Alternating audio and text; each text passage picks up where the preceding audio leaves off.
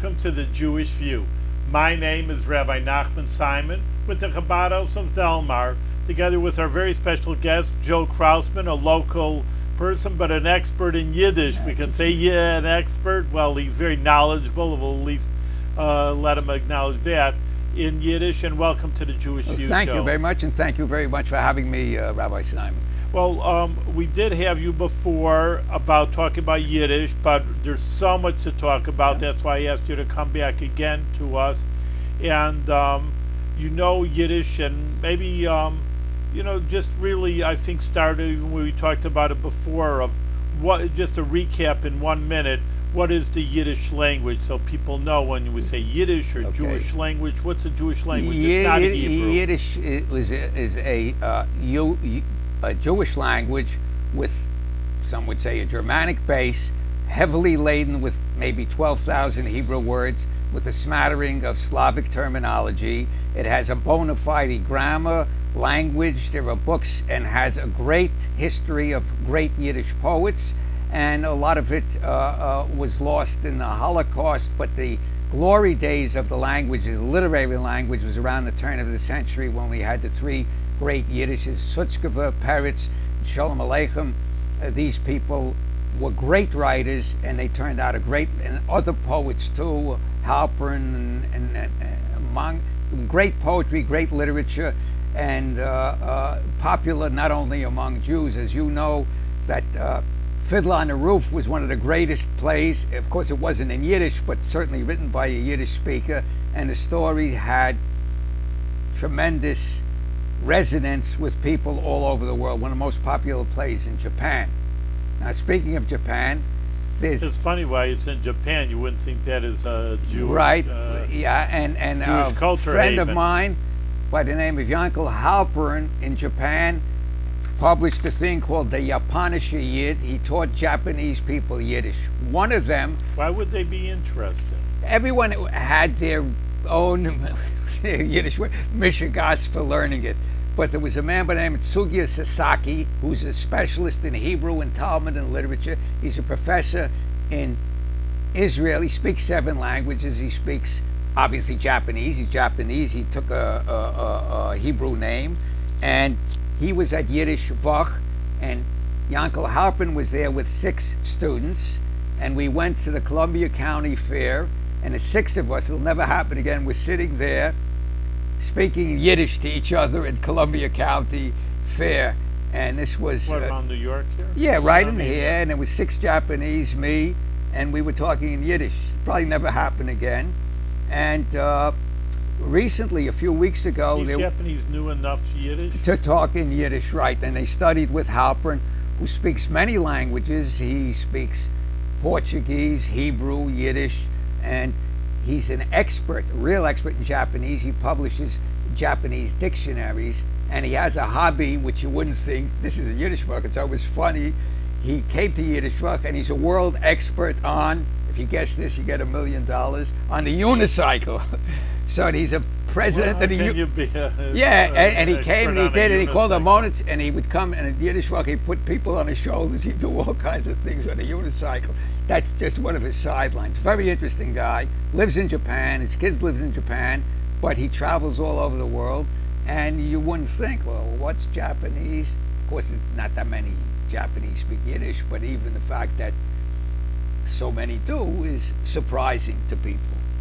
Well, you talk about non-Jews speaking Yiddish, even though it's a uniquely Jewish language. Yeah. Many people threw me off a good few times that you clearly non-Jewish people, some African Americans, and they'd start talking to me in Yiddish. Just, what do you know? Well, James Cagney was in the movie, and he's speaking Yiddish, and the movie's obviously Irish Catholic. And of course, I mentioned, I think, in the other segment, the fact is Shane Baker, who was an Episcopalian, his Yiddish is impeccable, and he did in the Irish Film Festival in Ireland, Waiting for Godot in Yiddish, which I mentioned before, and what, in Yiddish?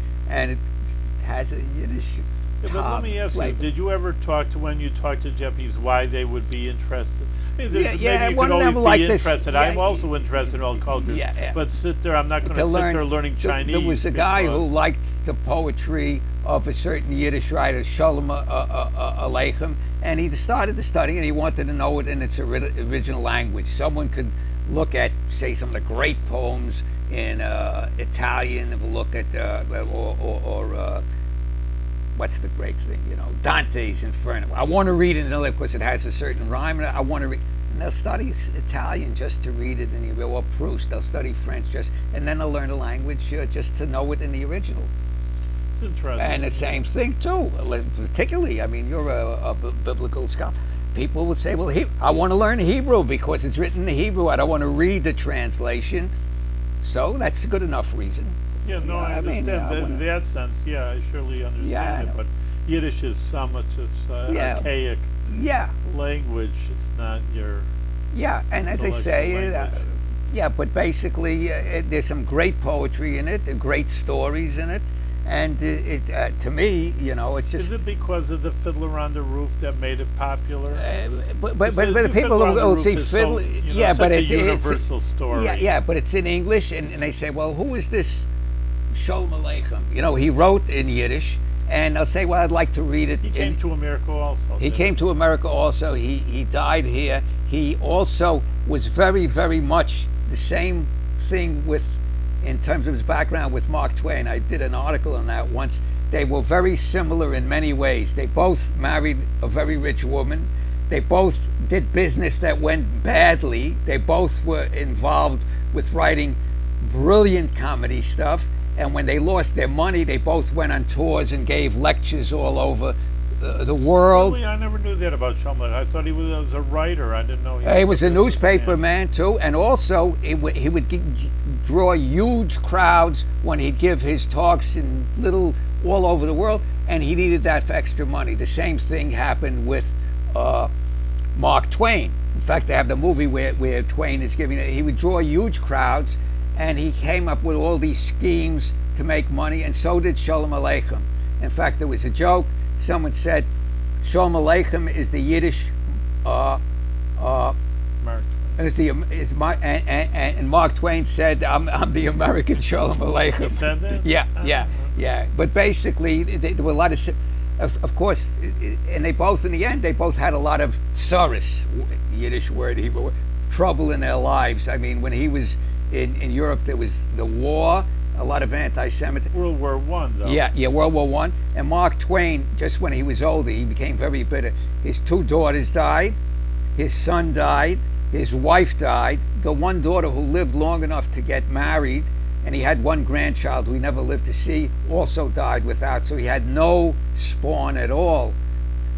Fortunately for Sholem Aleichem, some of his ancestors, his granddaughter became descendants. I'm sorry. Yes, descendants. His granddaughter wrote Up the Down Staircase. Really, I didn't know that. And her name was what the heck? I know it so well. And she was teaching at the age of 101. And there goes my name. Do you know what? Up the very famous book. Sold millions. It was about teaching in the school. Sold millions of copies. Inner city, yeah.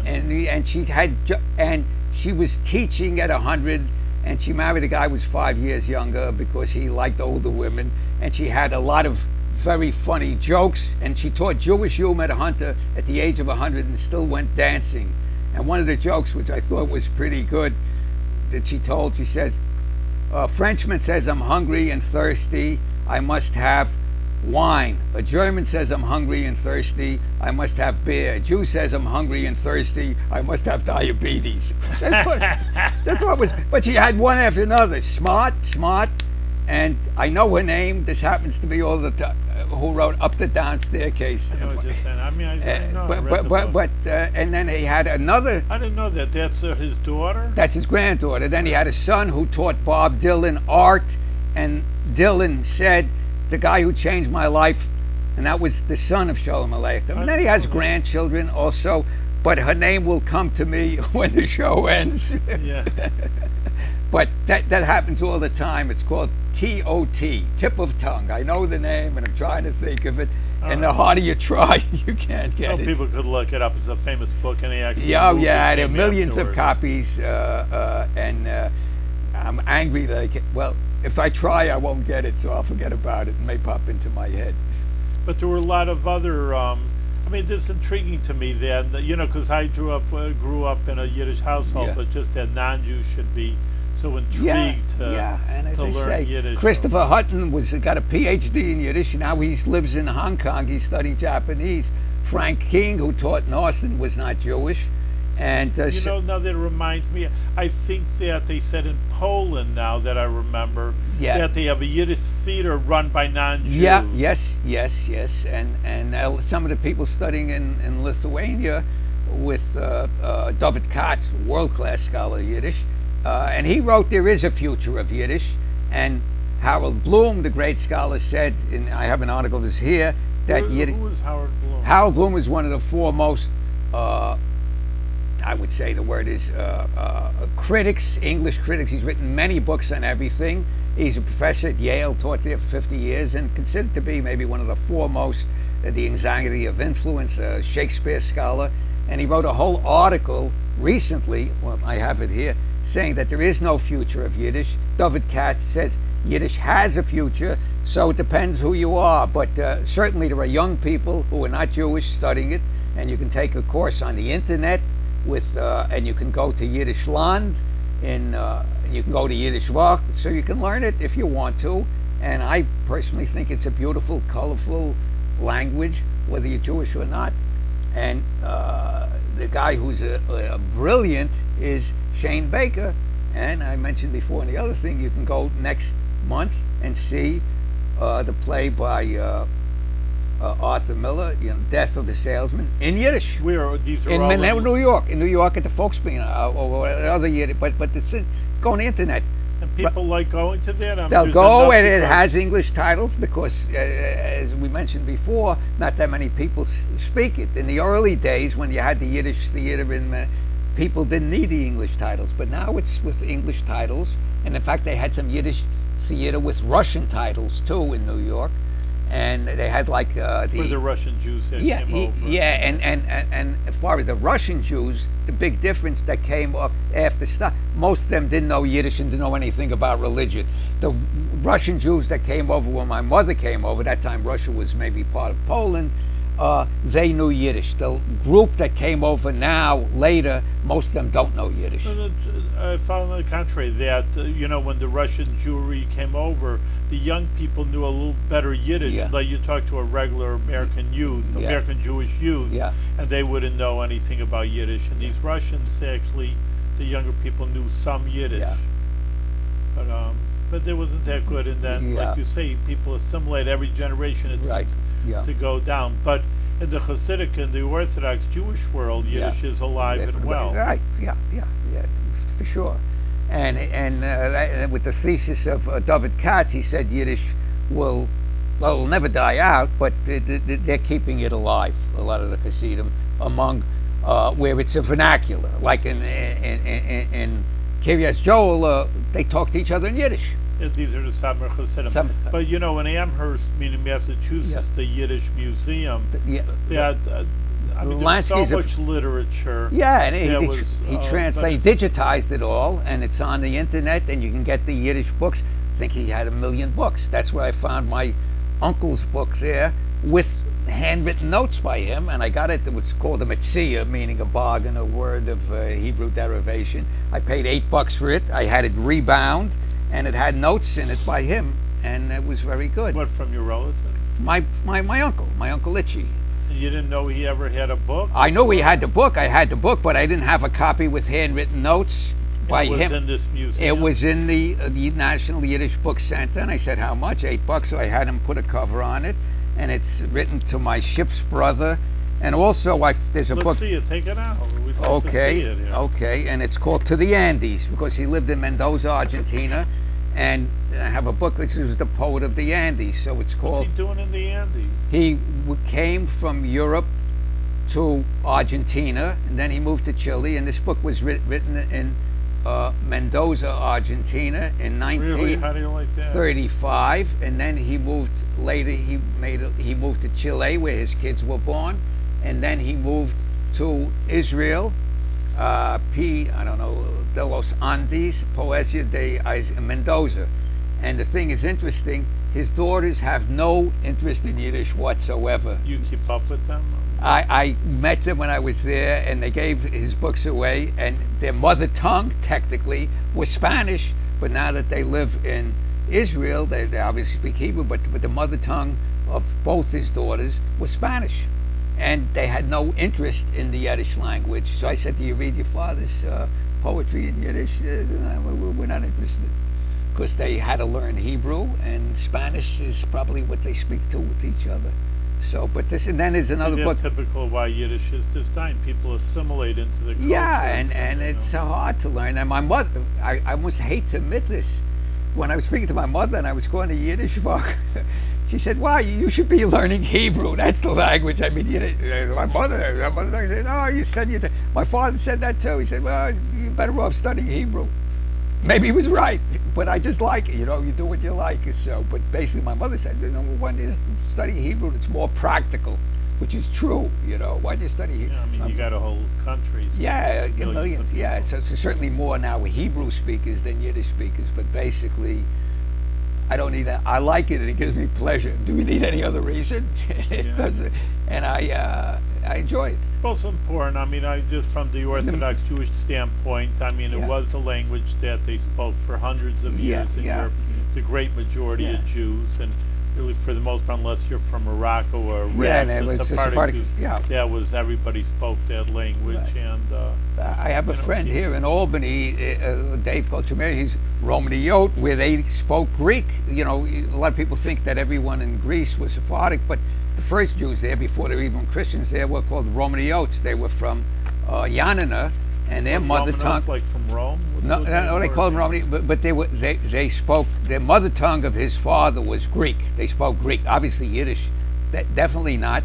And they lived, and most of them, the disaster, the Holocaust was unbelievable. Like 90% of the Jews were killed, and the big Jewish population was in Salonika, and most of those Jews spoke Ladino, was whatever. But his folks were Greek Jews, the Greek-speaking Jews. But most of them, in fact, there's a synagogue in New York, Anshe Yanina, which is on the National Register, and they have things. It's worth a visit. It's in New York, and those are a synagogue of Greek-speaking Jews. Of course, the grandchildren, like any other language, the second or third generation, generally, unless you make an effort, doesn't know the language. Mario Cuomo knew Italian. His children, his grandchildren, probably not. If your parents came from Hungary and they spoke to each other, you would know but the grandchildren generally don't. This is standard in most. Your parents came from Sweden, they spoke Swedish. Well, the grandchildren, unless they make a major effort and they become a professor of Swedish, but the second or third generation, it goes away. I know Mario could speak Italian, really? but but his children, I don't know, I never followed, but his grandchildren, most likely not, unless one wants to become, say, a professor of Italian and so on. That's but same thing with most languages, second and third generation don't know it. If they came from particularly a place like Finland, where it's not that big a language, or Hungary. You don't have friends that are speaking, you're not in that center. Well, that's the main thing. Again, I mean, I know obviously the Orthodox Jewish community, I know better than anyone, and of course, but they keep, like you were saying, Kiryat Yol, which not people didn't know, that's from Monroe, which is like an hour and a half south of us, and they cluster so much. And they speak to each other, everything is in Yiddish, they speak to each other in Yiddish. Shopkeepers are, your friends are. So therefore, but like you say, you're Finnish and you're one person on the block. Who you going to talk to? Right. You have to speak English to your friends. Many times, my wife tells a story that her parents were German Jews Right. that came at the nick of time right before the war. Some of them the frowned on 30s. Yiddish too. They found it, but she spoke German. They spoke German to her to keep it alive. And then she says, "I remember when I was 5 years old. You know- You went to school. No one's speaking German here. Yeah. I'm in America. Right. All my friends. You go to school, Right. who speaks German." And he says, "I didn't speak anymore." I mean, so that's Yeah, I and the think, German typical of Jews a up in the child's West, they accent. frowned on the Yiddish. They were poorer, and they used the term for them, kike. That was a German Jewish word for the, and the, I didn't know that it came Yeah, from a Jewish. and the source. other negative term for the German Jews, that the Jews in Lower were Yekis, because they say a Yeka meant a German Jew, the derogatory, and the term kike was derogatory, but of course that doesn't exist anymore. And the Spanish Jews who came here before, each group frowns on the next group. So the Spanish frowned on the German frowned on, and my mother, when these Russians, they give them welfare now. When my father came here, they didn't get any, but so everyone who comes earlier frowns, and then of course the Mayflower stock frowned on everybody. So it's always the next group. Oh, what are they coming here for? They didn't get welfare. So when your father came here, he had to work in the shop. So that's a standard way You people. see that? You're right. It's And anybody who late comes comers over. were frowned on and so on. Well, anyway, I have some Yiddish. Yeah, please. Oh, Yeah. yeah. We have a few more minutes, so yeah, get to the. Yeah, and this is Let's hear a Yiddish tune. Okay, and this is by what's his name? No, gee. Okay, here we go. Let's hear. Okay, here goes my mind again by the best of Aaron Lebedev, who I know well. Okay, now we'll see what happens. You know him himself? No, I know his songs. Yeah, but the great Romania. Okay, let's see. How come it just was playing a minute ago? What's Maybe happening? you have it on record. No, I have it on pause. Okay. Play. See. What the heck? I put in just batteries now, and it lit up. You need to digitize your songs. Got to put them on. 5 minutes ago it worked, and it was just sitting here. I Need a new machine, I think, Joe. You got to get. No, Where did it come from? The Yiddish 100 years ago? All right. Wait, just 1 minute. I played 5 minutes ago. I think it's a jinx. Well, it just. Maybe your machine is broken. Looks like an old machine. You got to get it on CDs or. Okay, why did it play 5 minutes ago? Now wait. Well, didn't turn up to 5. And up and down. All right. Oh, gee, I'm embarrassed. All I'm right. so sorry. I'm so embarrassed. No, don't worry about it. All right. So Maybe I'll throw. Oh, it just lit up. Let me see. Maybe you have to hit it. give it a good clap. That's how all these old machines do. All right. We'll do something. Turn it on. There we go. It's Romania. All right, so let's hear it.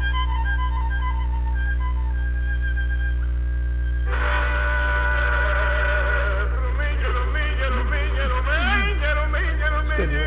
More is good. Listen.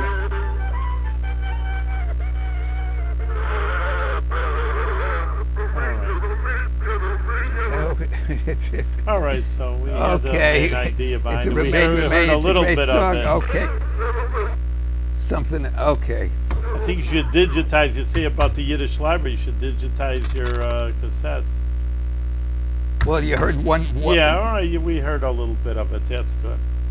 Okay. Do Sorry you have about anything that. else over here to show our audience? We only have a few minutes left. Okay. This So is show this, what this is you a book have. about Mordechai Schechter, one of the great Yiddishists, and this is on the occasion of his 60th birthday. They made this, and all these other famous Yiddishists say what kind of great guy he was, and what he really did is his children and his grandchildren are all specialized in Yiddish. One writes for the Forward.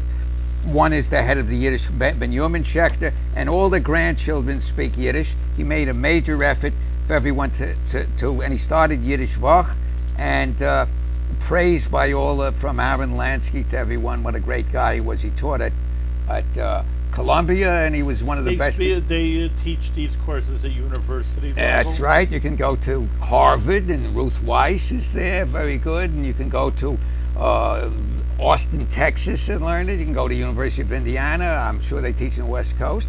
And you can go to Dusseldorf, Germany, and study with Marion Aptroot, who was in my class in Oxford. And you can go to Germany and study with Dorothea Grever. And you can study in many, a lot of good teachers down in North Carolina. The Shevitzuka teaches there. University of Maryland, Miriam Isaacs. So they're all over the place. So if you're interested, and the University of Pennsylvania, Catherine Hellestein. Well, what if someone, this is a high-level Yiddish, but what if a beginner, a regular person absolutely, you take Yiddish one. beginner? My friend's grandson is going to Penn. Catherine Hellestein, brilliant scholar. So you can take a class with her, and Penn, fancy. Even a beginner's class. Beginner one. At Yiddish Land, where in Kopek, you can take a course with this guy Kolya Borodulin. For the summer, you mean? In the summer, it's a week, and Well, that's easier for people, obviously. yeah, and then there's a woman Chavalap, and she teaches the advanced course, and you can take the beginning course, and there's an intermediate course. So there are lots of places, and online on television, on the videos. It's Kolya Borodulin. You can go in the internet. Yiddish classes online, zillion. Yiddish history online. Everything in the world is online. Yiddish, you can find anything, have classes. Do you feel that it's growing? We only have a few minutes left, but like you say, there's university people who have the ability to learn. I can't predict. I can only predict the past. I can't predict the future. How many Yiddish speakers there'll be in 50 years, I have no idea. But as long as the way it's going now, there'll always be some Yiddish. There'll always be the books in translation. And people will learn a language just because they want to, and it's a beautiful language. And I don't think it will ever die out, at least certainly for the foreseeable future. And the future is, as we know, not certain, so I don't know. But basically, I like it, and I study it, and I do it, and I have some other interests too. And basically... it gives me young pleasure. people, though. They're young, yeah. The Jugend Truff means youth for Yiddish, and the Yiddish friend, he said, well, young people. And this was one of his, because he put out Offen Schwell means on the threshold, but he also put out the other thing, the other book called Jugend Truff. And as I mentioned in the first time we met, is that the ages at Jugend Truff are from newborns to people who are in the 90s. Right. So it runs the gamut. So you can go there if you're 95, you'll find someone, and you go there if you're 12. They have special programs for children. Right, and whatever from you are, they have a Reform service, a Jewish service, Orthodox service, and if you don't want to go, you don't have to go to any. So they cater to a mixed. Joe, we're out of time again. Oh, I'm sorry. We're having such a good time again. I'm sorry for running off in the mouth too much. No, it's good. It's important to learn about Yiddish, so thank you very much, Joe Krausman. And thank you for having me. I really appreciate it. And I say to everyone, sei gesund, which means be well, and a freilichen Yontov, and a happy holiday, because we have some very important days coming up soon, and you should have a good, healthy, gliklach, happy New Year. And again, alles Guts, all good things. All right, thank you very much. Thank you.